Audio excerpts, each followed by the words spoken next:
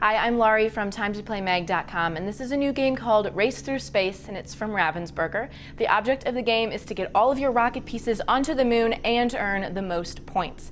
Now, to set up the game, you must make sure that you follow the instructions. There's a picture that shows you exactly how each of these tiles needs to be set for, so make sure you pay attention to that.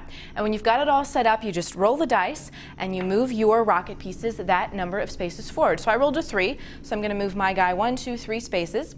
Now, there are some special spaces on the game board. The shooting star, if you land on that, you immediately move forward 3 spaces. The asteroid space, if you land on that, you have to stop.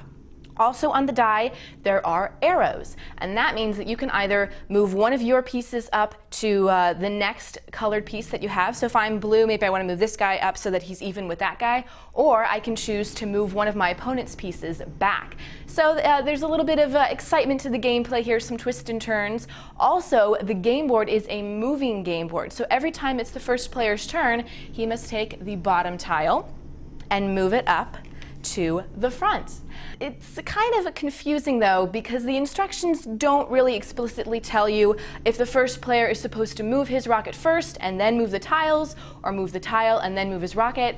Also, what it doesn't tell you is if the first player happens to get out, which can happen because if your pieces are on this tile that got moved, you go to the black hole and your pieces are out. So the first player is all out, we assume that the second player will then take on the first player's role, but the instructions don't really say that. So we just wanted you to have some idea of how we played the game.